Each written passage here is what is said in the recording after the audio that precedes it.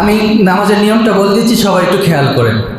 আপনারা সকলেই নিয়ত করবেন, আমি ইমামের পিছনে দাঁড়িয়ে অতিরিক্ত 6 তাকবীরের সহিত ঈদুল আজহার 2 রাকাত ওয়াজিব নামাজ আদায় করিতেছি। আল্লাহু আকবার।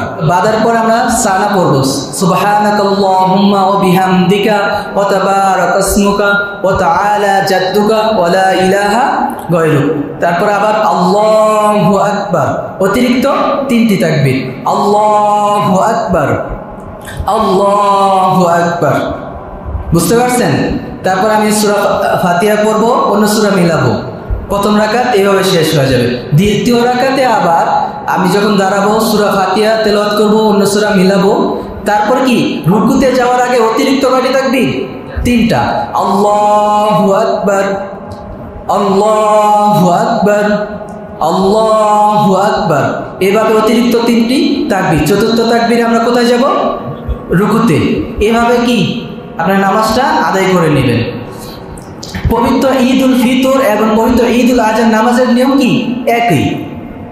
প্রথম তাকবীর অতিরিক্ত 3টা তাকবীর, আবার দ্বিতীয় রাকাতে রুকুতে যাওয়ার আগে কি অতিরিক্ত 3টা তাকবীর। মন থাকবে না এগুলো? আল্লাহর দরবারে আমরা সবাই মিলে গুনাহ মাফের জন্য দোয়া করব ইনশাআল্লাহ।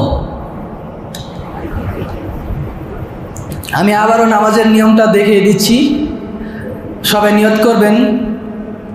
আমি এই ইমামের পিছনে দাঁড়িয়ে অতিরিক্ত 6 তাকবীরের সহিত ঈদুল আজহার 2 রাকাত ওয়াজিব নামাজ আদায় করিতেছি।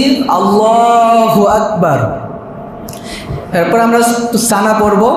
সানা পড়ার পর আমরা অতিরিক্ত আবার কি 3টা তাকবীর দেব, আল্লাহু আকবার, আল্লাহু আকবার, আল্লাহু আকবার। এইভাবে আমরা প্রথম রাকাত কি শেষ করব। দ্বিতীয় রাকাতে আবার সূরা পড়ব, তারপরে সূরা মিলাবো। রুকুতে যাওয়ার আগে অতিরিক্ত কয়টা তাকবীর? 3টা, আল্লাহু আকবার, আল্লাহু আকবার, আল্লাহু আকবার। চতুর্থ তাকবীরে আমরা সবাই কি রুকুতে যাব ইনশাআল্লাহ।